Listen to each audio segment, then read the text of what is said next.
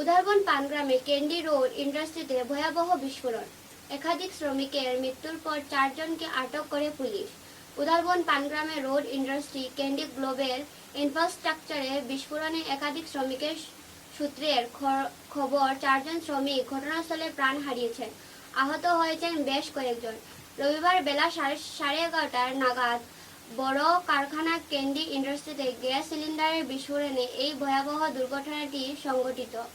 এরপর সোমবার গুয়াহাটি থেকে ক্যান্ডি গ্লোবাল ইনফ্রাস্ট্রাকচারের মালিক রাকেশ সুরানাকে আটক করে উদারবন থানায় নিয়ে আসে। তারপর উদারবন্দের থেকে আদালতে তোলা হয়। তার সঙ্গে গতকাল গ্রেফতার হওয়া 4 জন সহ মোট 5 জনকে আদালতে তোলা হয়। ওই দিন আদালতের নির্দেশে শিলচর জেল হাজতে প্রেরণ করা হয়।